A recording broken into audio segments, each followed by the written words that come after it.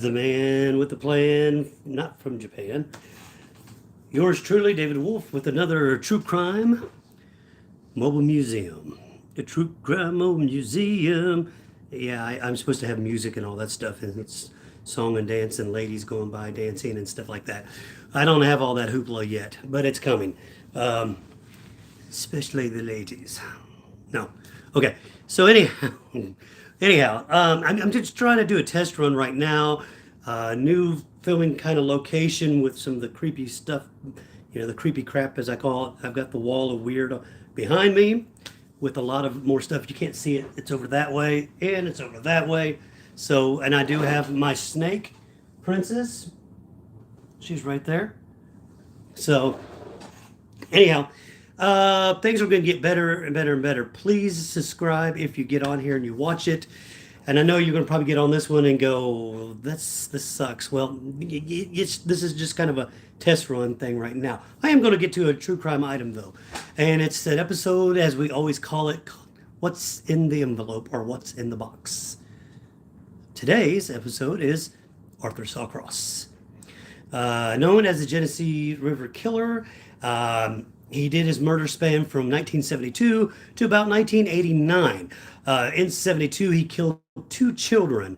And due to a manslaughter charge, which I don't know how you do that, his sentence got put down to 14 years. The man should have been put away and keys should have been locked.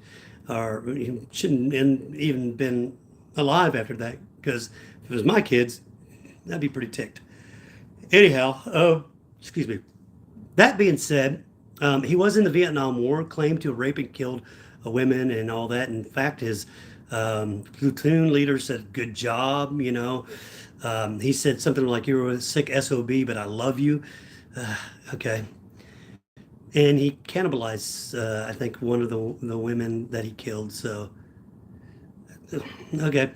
And then he gets out and he kills these two kids that were supposedly bugging him when he was fishing. Gets put in prison for some time, gets out, and then from 88 to about 1990, 1989, but he kills 14 women, possibly more. And he was known as the Genesee River Killer because he would dump the bodies and all that around that particular area there. So, not a very nice guy, very ugly, bad person, who was married too, which is creepy. I'm going to try to look up here and see if I can find a picture of him real quickly so that you'll know who we are talking about. Chances are you probably heard of him before. All right, there we go. This is a picture of him. Isn't he lovely? No, he's not. That is the Genesee River Killer, Arthur Sawcross. So there's actually a documentary about him. I think it was on YouTube. I'm sorry, not YouTube. HBO or something like that, and it was an interview with him, and it was pretty ugly, bad, because he's very descriptive on it. And if you watch it, be careful. Um, and in fact, there's one point he asks us about they ask him about this little girl that he killed, this one girl, and he refused to talk about it.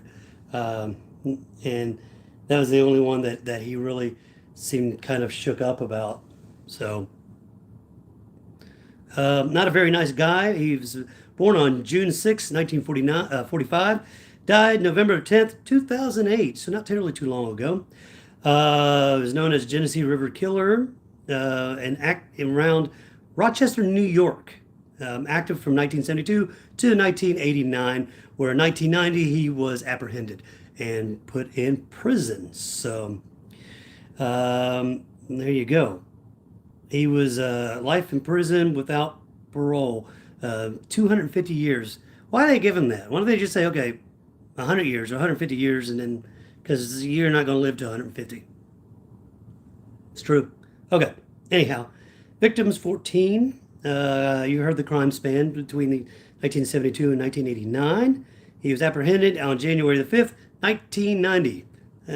So 1990 is when I graduated. Interesting. So, um, again, horrible guy. And I just happen to have with me my True Crime Museum.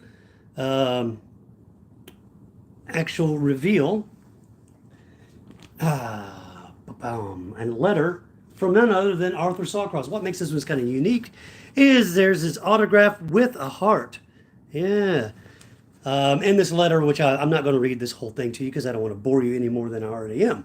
So, um, however, he sits in about sending this person photos and artwork, which is pretty cool. I used to have one of his artworks. I don't anymore, but I do have a letter now from him, which is really cool. And also, yeah, I seen one thing in here that caught my attention. Excuse me.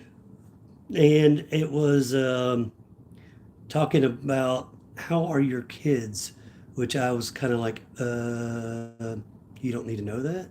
You know, you already killed two kids, so that's pretty gross. So, yeah, buddy. Anyhow, I guess the lady's name was Mag, Maggie, maybe Mag. I don't know.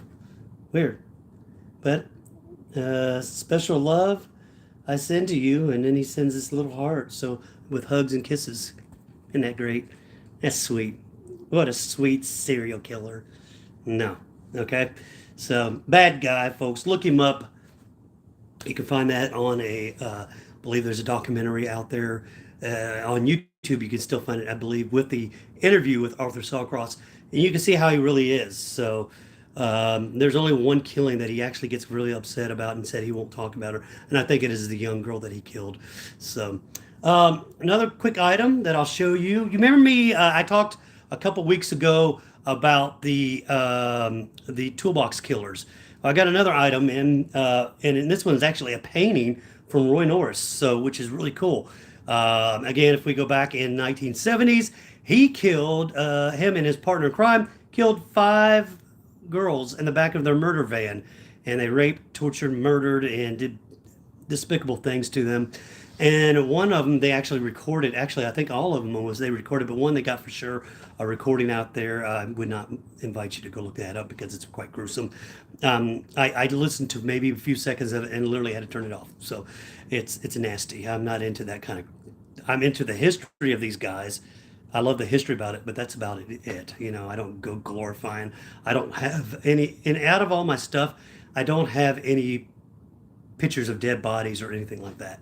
No. So, anyhow, but this is an actual painting from Roy Norris.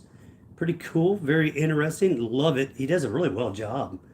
So this is from one of the toolbox killers. So, yep. It's pretty interesting, very beautiful work. I've seen some of his drawings first. I never had one, and so now I do. Yay! So one bucket list down. Um, I will have some more stuff coming up here soon. Within probably, I try to do one a week, maybe 2 videos a week. So if you don't catch me on here, go to David Wolf, little I, on Facebook, and you can see some of my videos there. Or go on here and subscribe here for under David Wolf. So not the guru guy. There's another guy who has the beard and mustache, and he does guru stuff and meditation.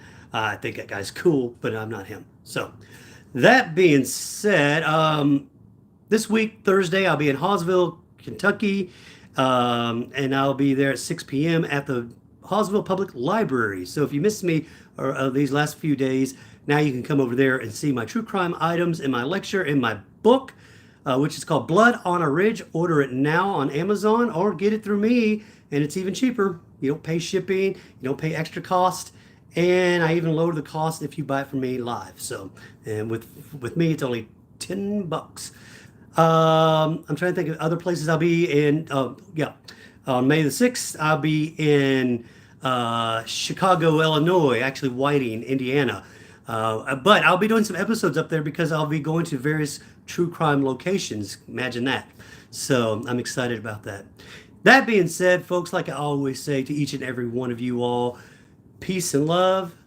Peace and love, man. God bless each and every one of you. Stay safe.